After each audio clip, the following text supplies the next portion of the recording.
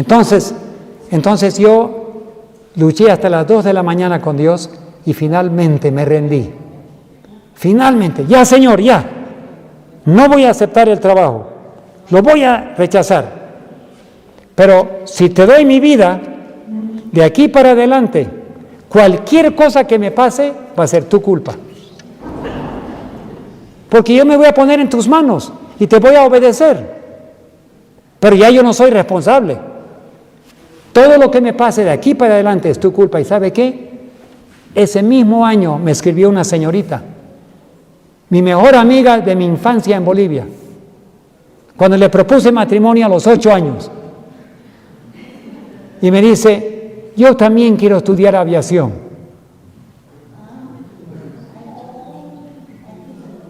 Yo le escribí y le contesté la carta. No había WhatsApp en esos días. Le contesté la carta y lo puse en el correo y compré un papel muy bonito, muy lindo. Y un sobre muy especial. Y lo metí en el correo y esperé su respuesta. Un día después, mi misma carta me llegó en el correo con una notita. Por favor, colócale una estampilla. Tan rápido lo metí que me olvidé pagar la estampilla. Bueno, ella me devolvió, le invité que venga y los dos estudiamos aviación. Estaba a mitad de camino en teología y para poder estudiar con ella decidimos, ella estaba ya por terminar fármaco, químico, biología y estaba ya en su último año. Pero para que podamos estudiar juntos, ella dejó esa carrera, yo dejé teología para terminar después y estudiamos enfermería juntos y aviación. Ella ha sido mi copiloto 45 años. Hemos volado juntos por todos lados, atendido pacientes, trabajo de aeroambulancia. Pero ¿sabe qué? Desde que yo me entregué al Señor y decidí hacer lo que Él quería, no lo que yo quería, me ha ido como flecha en todo, bien, toda mi vida. He tenido problemas, sufrí un secuestro, encarcelamiento en México, nos robaron la avioneta, me acusaron de 15 crímenes, me dijeron que iba a estar ahí 14 años, acusado de todos los crímenes. Yo tenía 25 años. Yo dije, Señor, yo me entregué a ti a los 18 años y mira lo que me pasa. Y el Señor me dijo, olvídate de tus problemas y haz lo que te digo. Yo aprendí una cosa, cuando tú haces lo que Dios te dice, es solo para tu bien. Yo dije, sí, Señor, pero no me da la gana, pero lo voy a hacer. Y Dios me puso a atender pacientes, 50 pacientes por día, en la cárcel, el reclusorio ahí, en la prisión. Dormía con 70 pacientes en una celda, tirado por todo el piso. Mi cama era un cemento.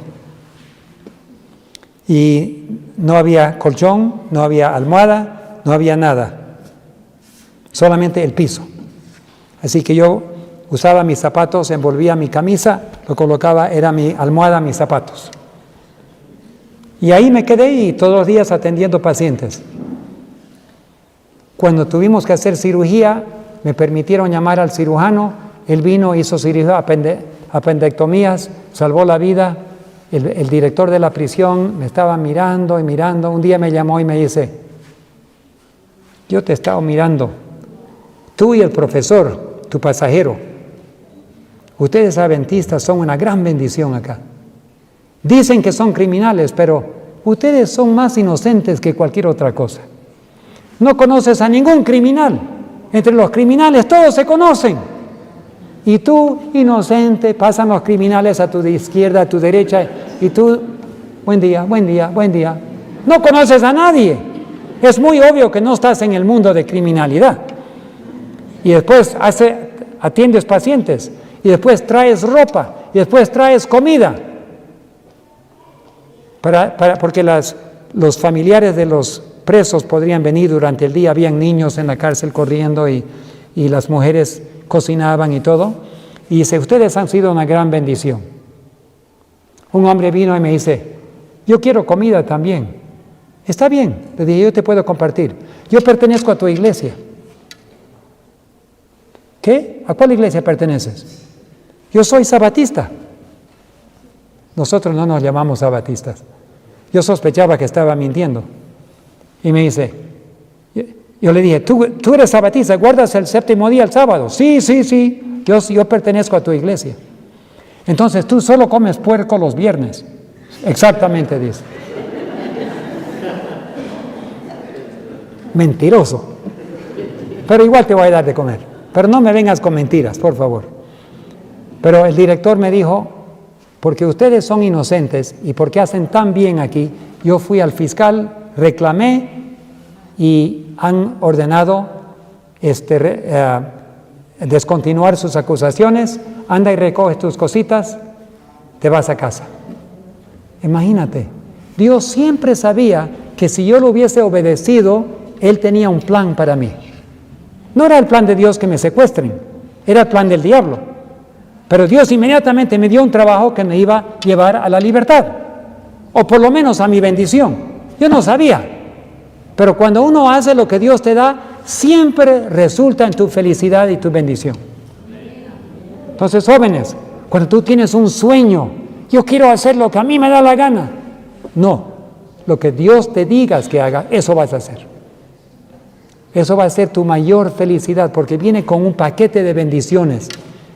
Imagínate que Dios te da un paquete de beneficios llenos de bendiciones.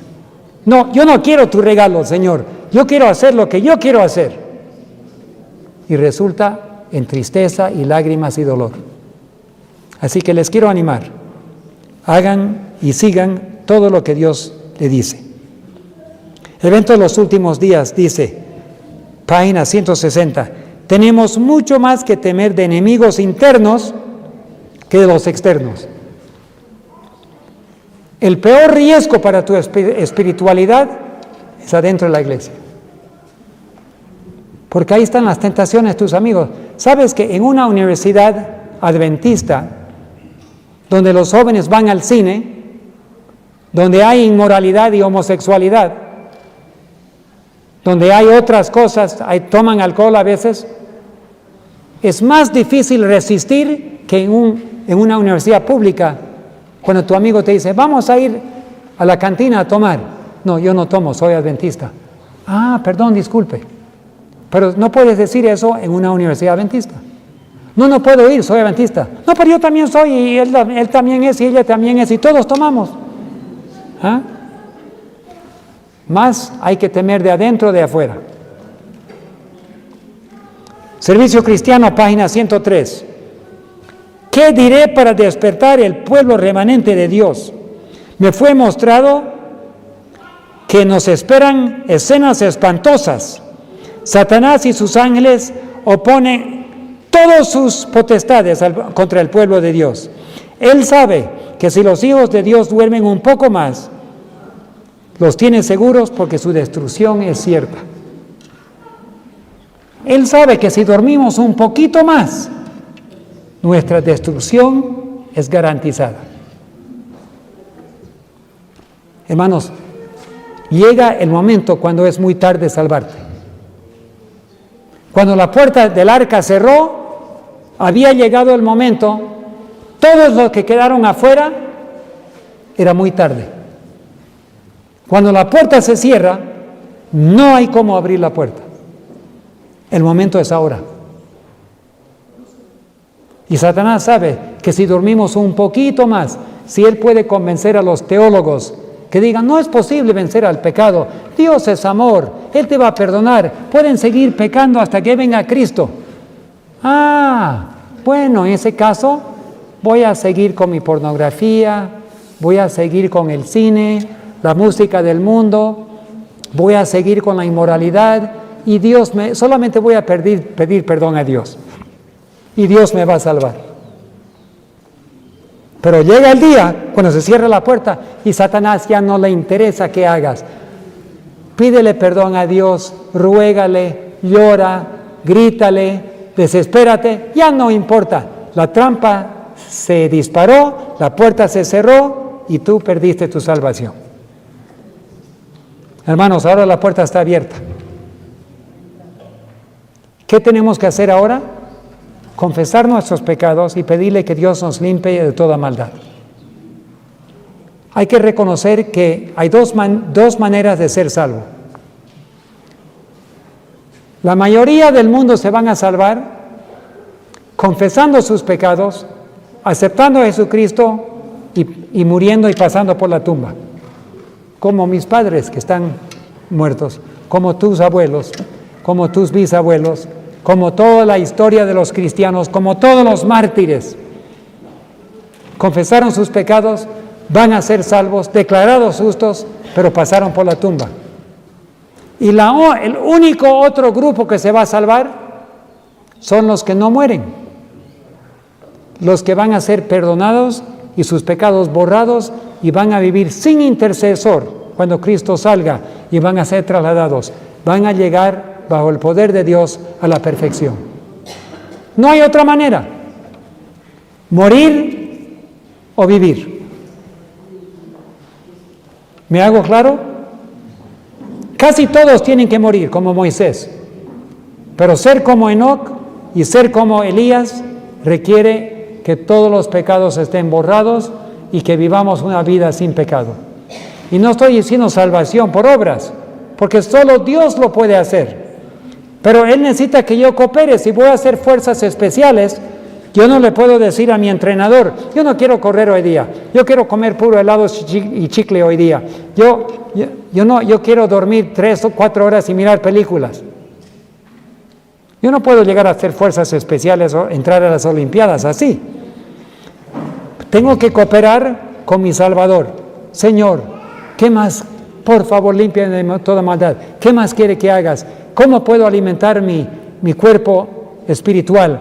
¿Cómo puedo alimentar mi mente? ¿Cómo puedo yo crecer a la similitud tuya? ¿Cómo puedo reflejar el carácter de Cristo?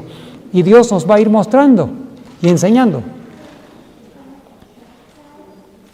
En estas últimas horas de prueba para los hijos de los hombres, cuando el destino de cada alma está a punto de decidirse para siempre, el Señor del cielo y de la tierra espera que de su iglesia se active como nunca antes.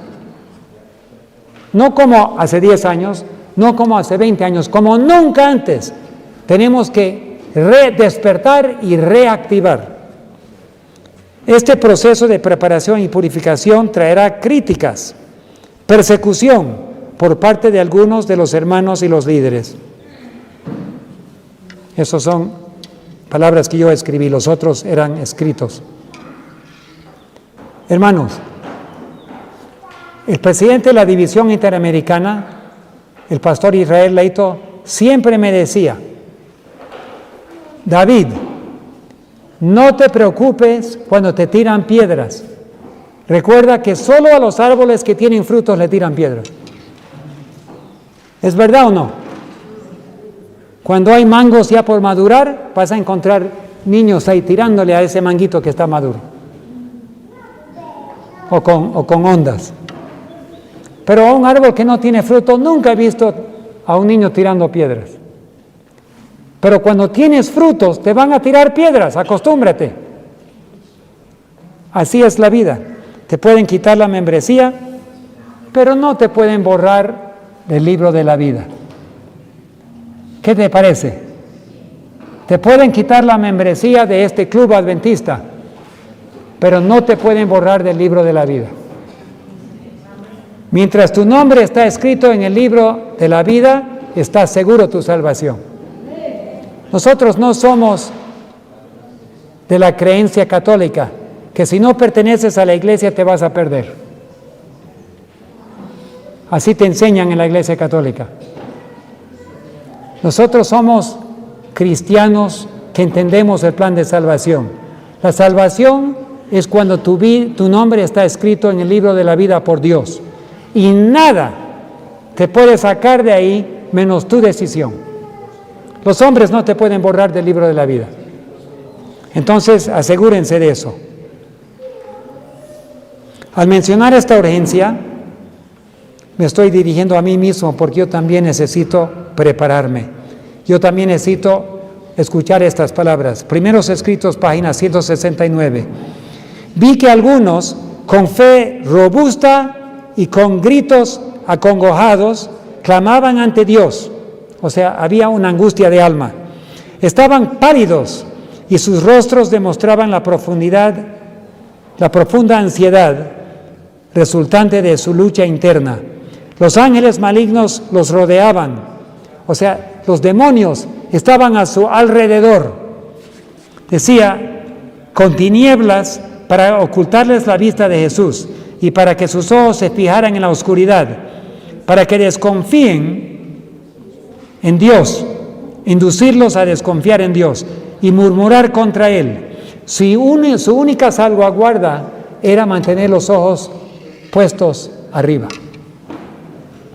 Entonces Satanás está hoy en día queriendo desanimarte. Apenas tomas una decisión por Dios y pasa algo que te desanima. El diablo dice, ¿no ves? Tú no eres cristiano. Tú dices que eres cristiano, pero lo primero que haces es pecar. Lo que hay que decirle a Satanás, mentiroso. Yo caí, pero soy cristiano. Yo pedí perdón, Dios me ha perdonado. Tú eres un mentiroso y asesino. Déjame en paz, voy a mantener mis ojos puestos en Jesús. Pero ¿por qué hay angustia en el pueblo de Dios hoy en día? Porque nos miramos a nosotros mismos y vemos problemas, vemos pecados, vemos defectos. Se dice que uno debe hacer lo siguiente, mantener los ojos puestos en Cristo, pero de vez en cuando mirar para abajo y observar rápidamente, pero antes de desanimarte, mirar otra vez arriba. O sea, tenemos que evaluarnos a nosotros mismos. No decir, yo estoy bien, no importa lo que hago, yo estoy bien, como nos dicen en muchas iglesias. No, hay que mirarnos y ver los efectos, pero no quedarnos mirando para abajo, indesanimados. Hay que rápidamente ascender los ojos a Cristo y decir, tú dijiste si confesamos, tú eres fiel y justo para perdonar y limpiarnos.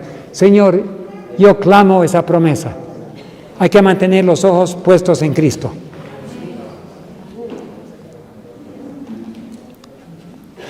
Otra cosa dice, pregunté, dice la hermana White, cuál era el significado del zarandeo que yo había visto y me fue mostrado que fue el testimonio directo que exige el consejo del testigo fiel a la iglesia de la Odisea.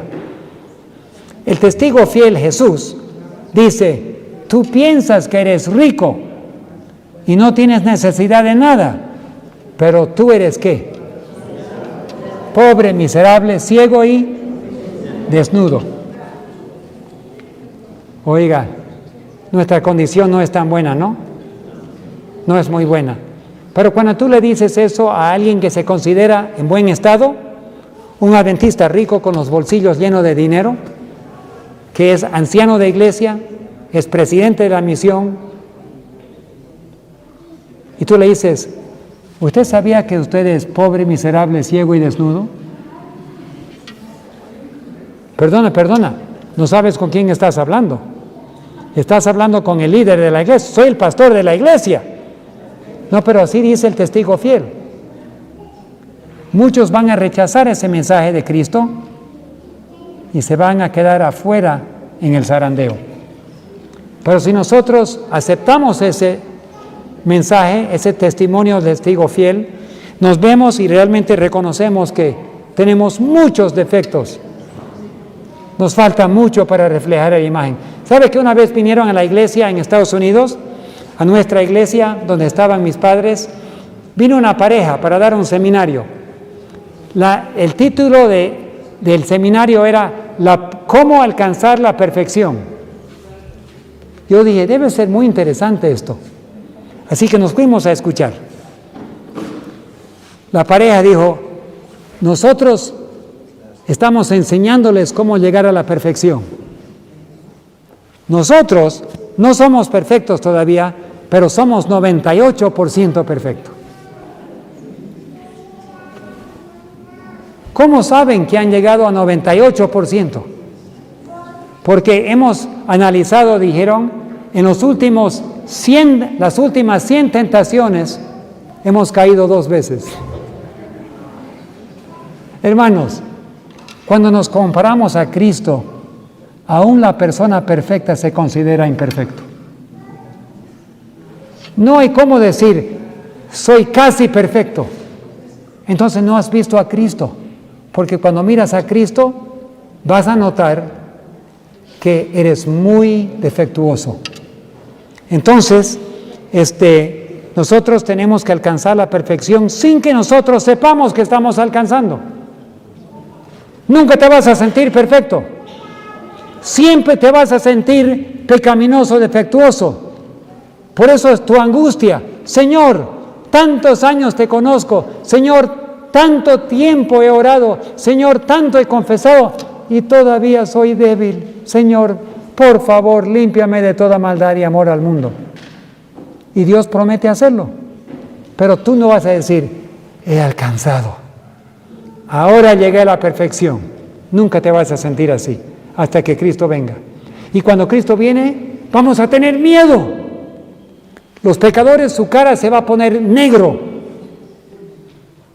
pero la cara de los santos se va a poner pálido, porque vamos a ver al Señor Jesucristo.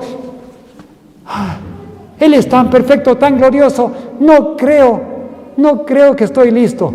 Y el Señor Jesús va a decir, mi justicia abastece. Un gozo. Ahora sí sabemos que vamos a ir al cielo. Y vamos a decir, ¡gloria! ¡Victoria! Y Jesús nos va a recoger. Bueno, para terminar,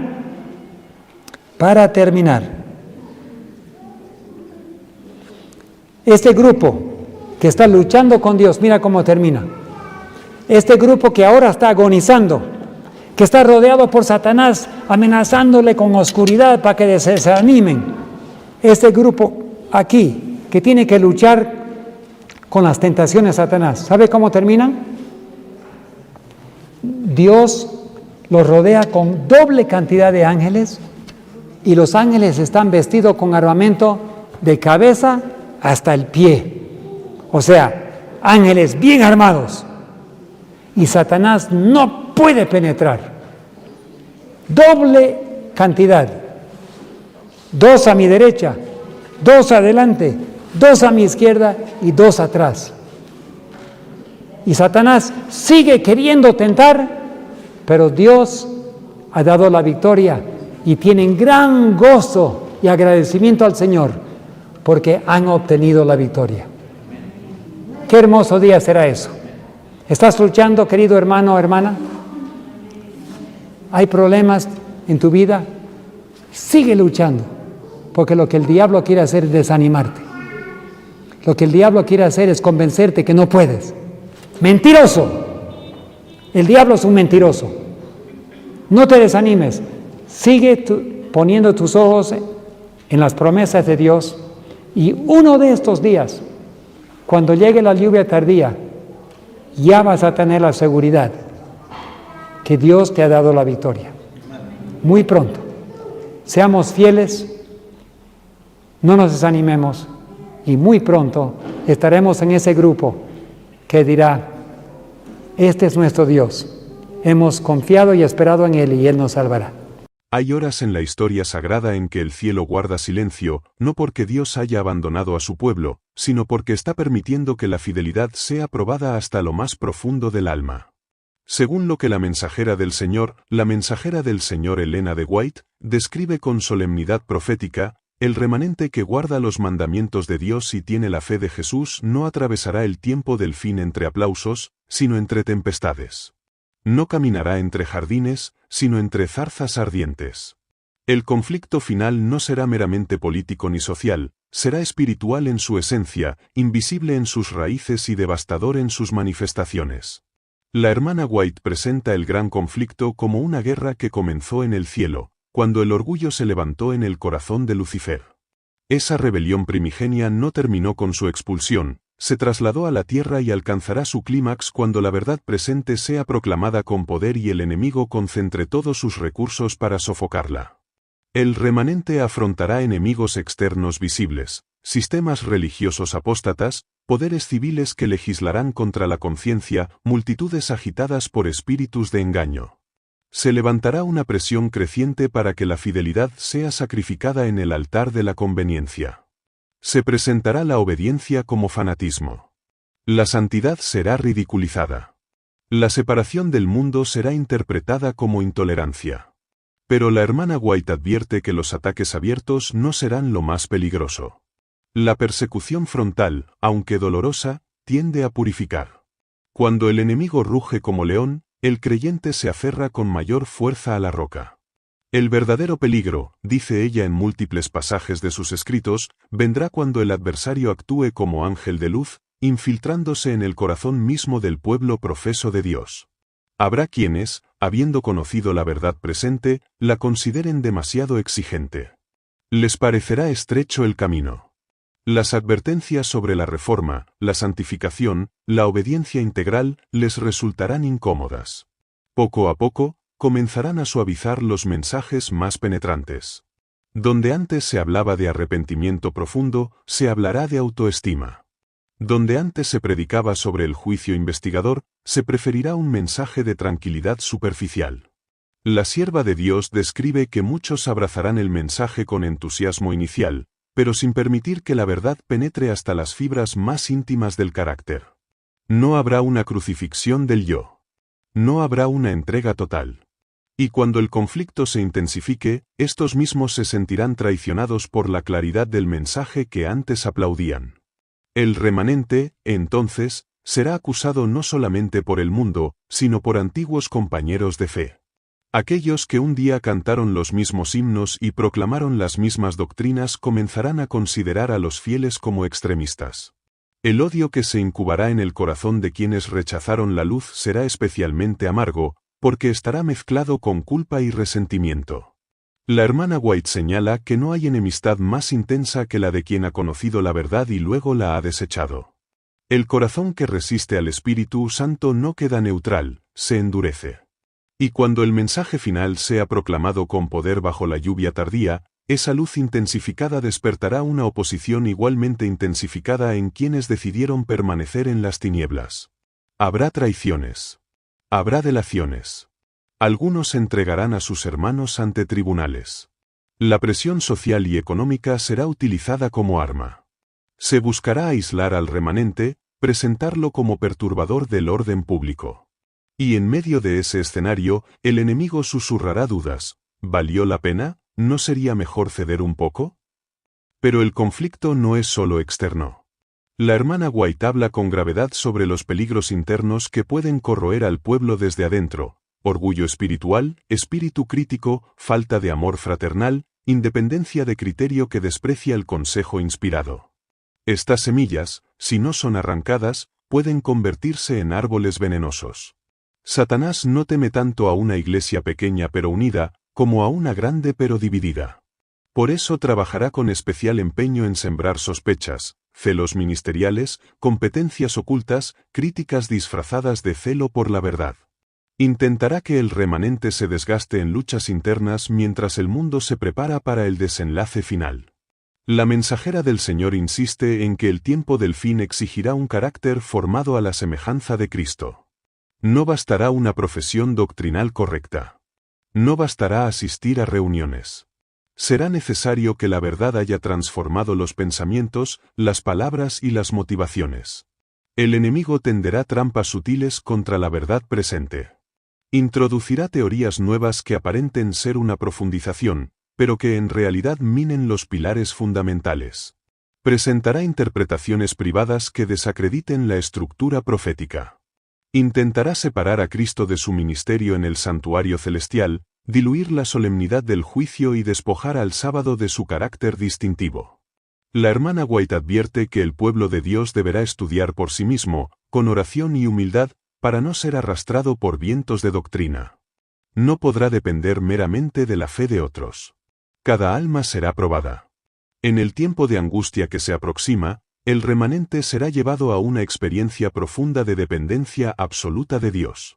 Cuando todo apoyo humano parezca retirarse, cuando los amigos vacilen y los antiguos hermanos se conviertan en acusadores, solo quedará la promesa divina. Pero esa promesa será suficiente. La hermana White describe con intensidad profética que el conflicto final no será simplemente una crisis de eventos, sino una crisis de lealtades. Cada alma será confrontada con la pregunta decisiva: ¿a quién pertenece tu obediencia? No habrá territorio neutral. El mundo será polarizado bajo dos estandartes, el del Cordero y el del Dragón. El remanente no solo enfrentará oposición doctrinal, sino presión psicológica, emocional y social. La hermana White explica que el enemigo conoce la estructura del carácter humano. Sabe cómo explotar el cansancio, la frustración y la soledad. Por eso el asedio no será constante persecución abierta, será intermitente, calculado, diseñado para desgastar la resistencia espiritual. En ciertos momentos habrá aparente calma. Se ofrecerán oportunidades de integración, propuestas de unidad religiosa, llamados a la cooperación por el bien común. Bajo un lenguaje de amor y tolerancia, se invitará al remanente a suavizar los aspectos distintivos del mensaje. Se sugerirá que insistir en doctrinas específicas divide innecesariamente. La fidelidad será presentada como obstinación. La hermana White advierte que el peligro más agudo no será cuando el mundo condene la verdad, sino cuando intente abrazarla bajo condiciones. Satanás sabe que la persecución abierta puede fortalecer la convicción, por eso procurará primero la seducción. Habrá dirigentes religiosos que un día caminaron en la luz del mensaje adventista, que conocieron la solemnidad del santuario, la seriedad del juicio investigador, la santidad del sábado, y que luego, gradualmente, adoptaron una postura crítica. Comenzarán a cuestionar los fundamentos que antes defendían. Su influencia será más dañina que la de los opositores declarados, porque hablarán con el lenguaje interno del movimiento. La hermana White señala que cuando alguien rechaza luz clara, no queda simplemente desinformado, queda espiritualmente vulnerable. El Espíritu Santo, resistido repetidamente, se retira con tristeza. Entonces el vacío es ocupado por un espíritu de justificación propia. Para aliviar la conciencia, el individuo comienza a desacreditar aquello que abandonó. Lo que antes era convicción, ahora es catalogado como error. Lo que antes era verdad preciosa, ahora es presentado como extremismo. De allí surge un fenómeno doloroso, el odio de los apóstatas contra el remanente fiel. Ese odio no siempre será ruidoso. A veces será académico, otras veces será sarcástico, otras será revestido de aparente preocupación. Pero su raíz será profunda, el resentimiento contra la luz que una vez brilló en su propia conciencia. La hermana White describe que algunos de los más decididos opositores del mensaje final serán aquellos que alguna vez lo proclamaron. Conocen sus puntos fuertes. Saben cómo formular objeciones estratégicas. Entienden el lenguaje interno y pueden manipularlo. El enemigo utilizará esa experiencia pasada como arma. En el tiempo de angustia, cuando se promulguen decretos restrictivos y la observancia del sábado sea objeto de controversia mundial, muchos que abandonaron la fe señalarán al remanente como responsable de las calamidades. Dirán que su firmeza obstinada provoca juicios divinos sobre la tierra. Los acusarán de perturbar la paz social. La hermana White habla de un momento en que la opinión pública se tornará intensamente hostil. Se difundirá la idea de que la prosperidad del mundo depende de la uniformidad religiosa. En ese contexto, los fieles serán vistos como un obstáculo para la estabilidad. La presión económica, la marginación laboral y la censura social serán instrumentos comunes. Sin embargo, más peligroso aún que las amenazas externas será el desaliento interno. La hermana White enfatiza que Satanás procurará infiltrar dudas acerca de la dirección divina del movimiento. Intentará desacreditar el don profético. Introducirá críticas constantes contra los instrumentos humanos que Dios utiliza. Hará que los defectos personales de líderes sean magnificados hasta eclipsar la obra que Dios ha realizado a través de ellos. Si logra que el pueblo pierda confianza en la conducción providencial que lo ha guiado desde su origen, habrá debilitado sus cimientos. Por eso la hermana White exhorta repetidamente a recordar la historia sagrada del movimiento, cómo Dios abrió puertas, cómo confirmó doctrinas, cómo sostuvo en medio de crisis pasadas. El olvido es una puerta abierta al escepticismo. También habrá un peligro de fanatismo interno. La hermana White advierte que no toda intensidad religiosa proviene del Espíritu Santo. En el tiempo final surgirán individuos que afirmarán tener nueva luz, nuevas revelaciones, fechas específicas, interpretaciones privadas. Algunos actuarán movidos por sinceridad mal dirigida, otros por orgullo espiritual. Estas corrientes extremas pueden desacreditar el mensaje si no son discernidas con claridad bíblica. Satanás se complace tanto en el liberalismo que diluye la verdad como en el fanatismo que la distorsiona. Ambos extremos sirven para sembrar confusión.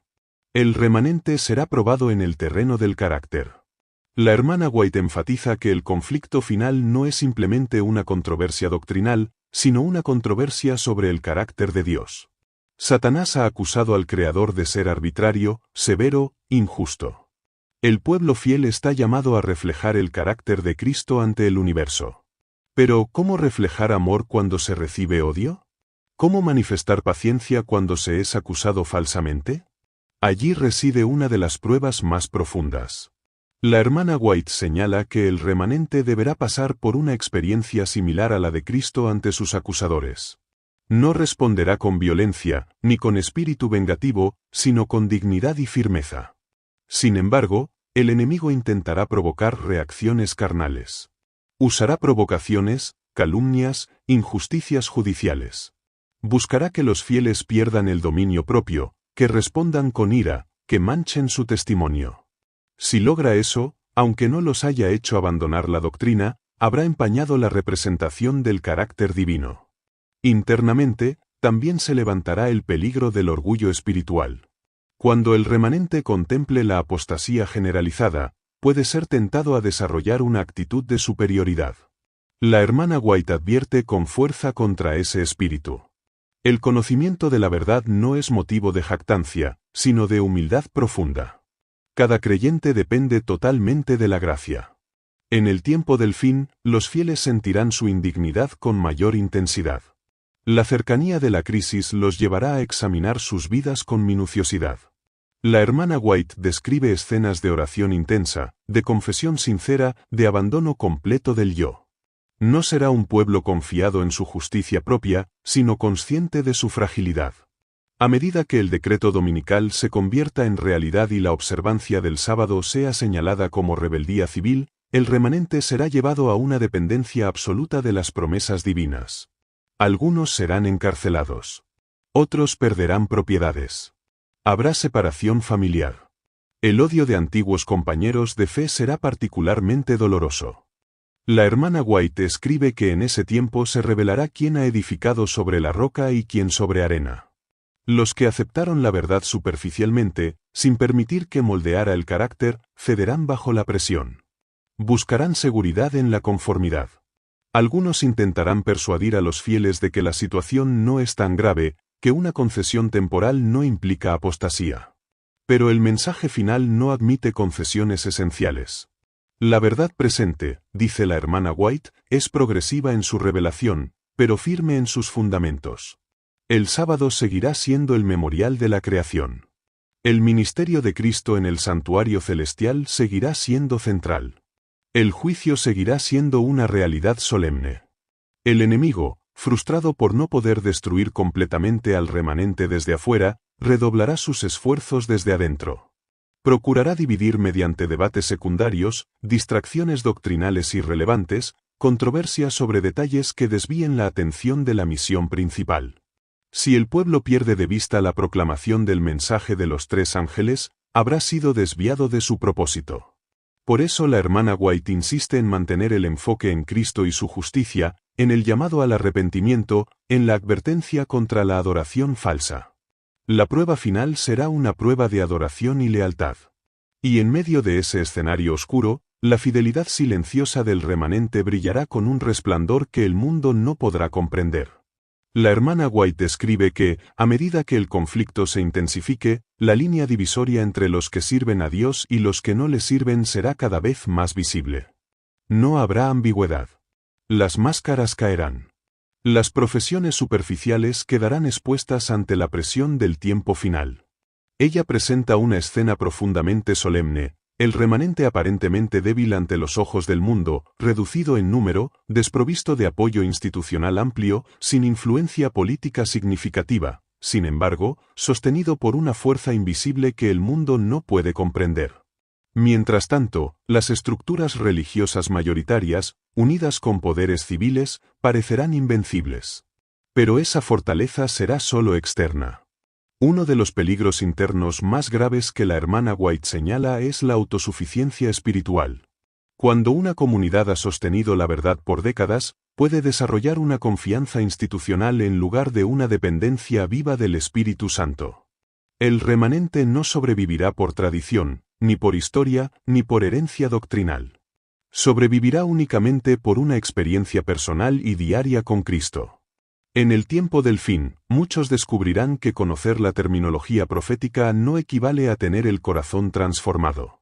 Se podrá explicar el simbolismo de Apocalipsis, detallar las bestias de Daniel, describir la secuencia histórica del gran conflicto, y aún así carecer de una entrega total. La hermana White insiste en que el conocimiento sin consagración es insuficiente para soportar la crisis final. El enemigo tenderá trampas especialmente dirigidas a los que ocupan posiciones de responsabilidad espiritual. Si logra herir a los pastores, afectará a las ovejas. Si logra sembrar duda en los maestros, confundirá a los estudiantes. Por eso el asalto contra el liderazgo será intenso. Se fomentarán sospechas, escándalos, exageraciones de errores humanos. No todos los ataques serán falsos, algunos defectos serán reales, pero magnificados para producir desaliento colectivo. La hermana White advierte que el pueblo debe aprender a distinguir entre la fragilidad humana y la conducción divina. Dios utiliza instrumentos imperfectos. Si cada error humano fuera interpretado como evidencia de que Dios no guía, nadie podría permanecer firme. La madurez espiritual consiste en mantener la vista en Cristo aun cuando los instrumentos humanos fallen. Otro peligro interno será el espíritu de crítica constante. En tiempos de tensión, la ansiedad puede manifestarse como juicio severo hacia los demás. La hermana White reprende ese espíritu con claridad. El remanente no puede permitirse convertirse en tribunal de sus propios hermanos.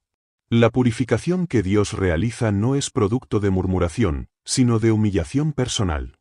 Habrá también el peligro del conformismo progresivo. La presión cultural no siempre vendrá en forma de amenaza directa. Muchas veces se presentará como modernización, adaptación necesaria, actualización contextual. Poco a poco, prácticas y principios distintivos pueden ser erosionados. La hermana White advierte que cuando el pueblo pierde su identidad peculiar, pierde su misión profética. El sábado no es simplemente un día de reposo, es una señal de lealtad al Creador. El santuario no es una doctrina abstracta, es la comprensión del ministerio actual de Cristo. El juicio no es un concepto teórico, es una realidad presente. Si estos pilares son debilitados internamente por descuido o reinterpretación complaciente, el enemigo habrá logrado una victoria silenciosa. Pero quizá la dimensión más dolorosa será el odio de quienes abandonaron el mensaje. La hermana White describe que algunos, al rechazar la luz, se I don't blame you for living this wish had been enough for you to stay.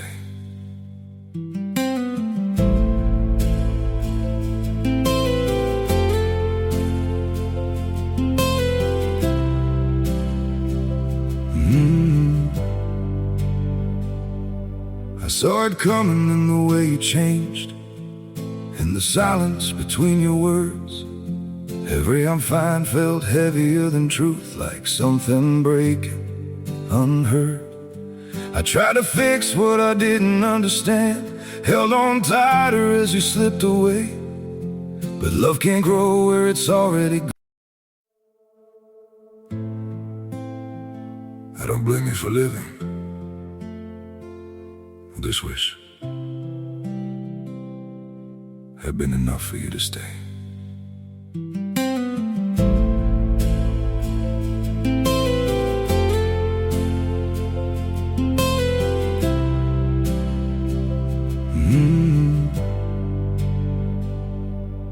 saw it coming in the way you changed, in the silence between your words.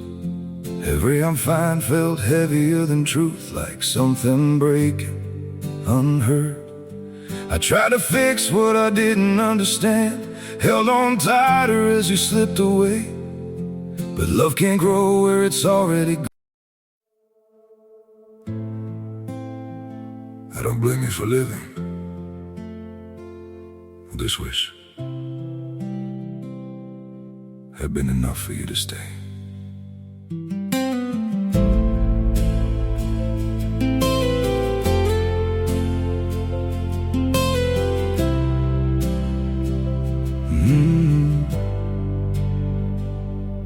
I saw it coming in the way you changed, in the silence between your words.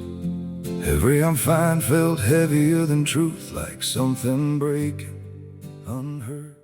Sentirán impulsados a justificar su decisión atacando la fuente que los confronta. Se convertirán en críticos activos. Publicarán argumentos. Organizarán movimientos de oposición. Advertirán a otros contra lo que antes consideraban verdad. El resentimiento puede transformarse en hostilidad organizada. Y en el tiempo de crisis, esos antiguos creyentes pueden proporcionar información estratégica a los opositores externos. Conocen las estructuras, los métodos, los énfasis. Esa traición será una de las pruebas emocionales más severas para el remanente. Sin embargo, la hermana White también subraya que no todos los que se apartan lo hacen por malicia deliberada. Algunos son arrastrados por dudas no resueltas, heridas personales, decepciones humanas. El remanente no debe responder con desprecio, sino con un espíritu de intercesión. La firmeza doctrinal no excluye la compasión. En el tiempo de angustia previo al cierre de la gracia, el pueblo fiel experimentará un profundo examen interior. La hermana White describe escenas en que los creyentes claman a Dios por la limpieza total de sus pecados. Temen haber pasado por alto faltas ocultas. La conciencia será intensamente sensible. Este proceso no es producto de incredulidad, sino de reverencia. Saben que están ante el juicio de un Dios santo. La experiencia será similar a la de Jacob luchando con el ángel. No lucharán contra Dios, sino por la seguridad de su perdón. El enemigo intentará entonces abrumarlos con recuerdos de errores pasados, susurrando que no son dignos. Allí se revelará la profundidad de su comprensión del Evangelio. La hermana White enfatiza que el remanente no confiará en su perfección, sino en la justicia de Cristo. La seguridad no estará basada en emociones fluctuantes, sino en la promesa divina. Mientras tanto, el mundo experimentará calamidades crecientes. Desastres naturales, crisis económicas, inestabilidad social. Los líderes buscarán explicaciones. Y algunos señalarán al pequeño grupo que se rehúsa a conformarse como causa indirecta del desorden. El razonamiento será que si todos se unieran bajo una práctica religiosa común, la bendición regresaría. El remanente será tentado a pensar que su resistencia provoca sufrimiento colectivo. Pero la hermana White aclara que la verdadera causa de los juicios es la rebelión contra la ley divina, no la obediencia a ella. El enemigo distorsionará la percepción pública, pero la realidad espiritual permanecerá inalterada. Habrá momentos en que parecerá que la derrota es inminente. La hermana White describe decretos de muerte, amenazas explícitas. El miedo será una emoción real. No serán seres insensibles. Sentirán el peso de la responsabilidad hacia sus familias, la incertidumbre del futuro inmediato. Sin embargo, en el momento más oscuro, la intervención divina será decisiva. Antes de que el enemigo pueda ejecutar su plan final, Dios manifestará su poder. La liberación no será resultado de estrategia humana, sino de acción sobrenatural. El remanente comprenderá entonces que cada prueba fue permitida para purificar, para revelar, para fortalecer. Las lágrimas derramadas no habrán sido en vano. La aparente debilidad habrá sido el escenario para la demostración del poder divino. Pero antes de esa liberación visible, el camino será estrecho. Y el mayor peligro seguirá siendo interno, la pérdida de confianza, la división, el orgullo, la amargura. La hermana White insiste en que la preparación para ese tiempo no comienza cuando se promulga el decreto final. Comienza ahora, en la formación diaria del carácter, en la disciplina espiritual, en la práctica del amor fraternal. La hermana White concluye su descripción del tiempo final con un énfasis que estremece el alma. El conflicto supremo no será simplemente sobre doctrinas, ni sobre días, ni sobre sistemas religiosos, será una revelación universal del carácter. El universo entero observará quién permanece fiel cuando la obediencia tiene un costo real. En la etapa final del conflicto, cuando la gracia haya cesado su obra intercesora en el santuario celestial, el remanente quedará aparentemente solo. Ya no habrá mediador visible actuando en favor del pecador arrepentido. La decisión de cada alma estará sellada. La humanidad quedará dividida irrevocablemente. La hermana White describe ese momento como uno de intensa solemnidad. Los fieles sabrán que el destino eterno ha sido determinado. No habrá segunda oportunidad. La responsabilidad moral será absoluta. En ese contexto, el enemigo redoblará sus esfuerzos psicológicos. Intentará convencer al remanente de que han sido abandonados. La ausencia aparente de intervención inmediata será una de las pruebas más profundas. Los fieles clamarán, como lo hicieron los santos de todas las edades. ¿Hasta cuándo? Y, sin embargo, deberán caminar por fe, no por vista. La confianza en la palabra previamente dada será su único sostén. La hermana White señala que el odio de los apóstatas alcanzará su punto máximo en ese periodo. Aquellos que rechazaron la verdad presente y que ahora ven las consecuencias globales del conflicto, buscarán eliminar completamente la influencia del remanente. La hostilidad será racionalizada como necesidad colectiva. Se argumentará que la estabilidad del mundo exige la erradicación de la disidencia. Lo más doloroso será que algunos de los acusadores hablarán con conocimiento íntimo. Recordarán reuniones, decisiones, debates internos. Usarán esa memoria para construir argumentos que aparenten credibilidad. El remanente deberá soportar no solo acusaciones externas, sino distorsiones de su propia historia. Pero la hermana White es clara, Dios permitirá que la oposición revele plenamente su espíritu. El odio contra la obediencia desenmascarará la verdadera naturaleza del conflicto. No se trata de tolerancia o intolerancia, se trata de lealtad o rebelión. Internamente, el remanente también enfrentará el peligro del agotamiento espiritual. La prolongación de la crisis puede desgastar incluso a los más firmes. La hermana White advierte que solo una experiencia previa de comunión constante con Dios podrá sostenerlos. No será tiempo para desarrollar hábitos espirituales, será tiempo para ejercer los que ya han sido cultivados. La preparación, insiste ella, debe realizarse antes del clímax. El estudio diligente de la Escritura, la comprensión profunda de las doctrinas fundamentales, la práctica de la oración perseverante, la victoria diaria sobre pecados conocidos, todo eso constituye la base para resistir cuando no haya apoyo visible. Satanás continuará tendiendo trampas hasta el último momento. Introducirá rumores, noticias falsas, amenazas selectivas, ofertas engañosas de protección a cambio de concesiones mínimas. Intentará dividir familias. Intentará quebrar voluntades individuales. Hará uso de la tecnología, de la influencia mediática, de estructuras gubernamentales. Pero la hermana White recalca que ninguna de esas estrategias podrá destruir a quienes han sido sellados por el Espíritu de Dios. El sello no es un símbolo arbitrario, es la confirmación de un carácter transformado. Es la evidencia de que la ley divina ha sido escrita en el corazón. En ese tiempo, el remanente no manifestará arrogancia ni espíritu de superioridad. Muy por el contrario, se sentirá profundamente indigno. Reconocerá que, si permanece firme, no es por fuerza propia. Cada día será vivido en dependencia total de la gracia. El enemigo procurará reavivar culpas pasadas, traer a la memoria errores antiguos, insinuar que Dios no puede aceptar plenamente a quienes han fallado en el pasado.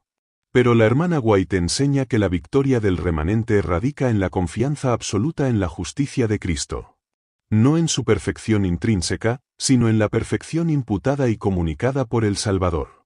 Cuando el decreto final sea ejecutado y parezca que la destrucción es inminente, el cielo intervendrá. La hermana White describe escenas de liberación sobrenatural, La voz de Dios resonando, la tierra temblando, el orden humano colapsando ante la autoridad divina. Aquellos que fueron perseguidos serán reivindicados públicamente. El odio de los apóstatas se transformará en terror al comprender la magnitud de lo que rechazaron. Pero ya no habrá oportunidad de rectificación. El conflicto habrá llegado a su desenlace. La segunda venida de Cristo no será un evento secreto ni ambiguo. Será visible, audible, majestuosa. El mismo que fue rechazado, el mismo cuya ley fue despreciada, aparecerá como Rey de Reyes. Y el pequeño remanente, que fue considerado perturbador del orden social, será reconocido como fiel testigo del carácter divino.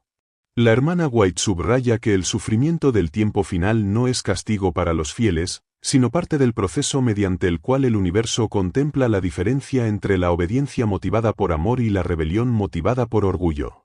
El gran conflicto no solo decide destinos humanos, revela principios eternos. Los enemigos externos habrán cumplido su papel como instrumentos de prueba.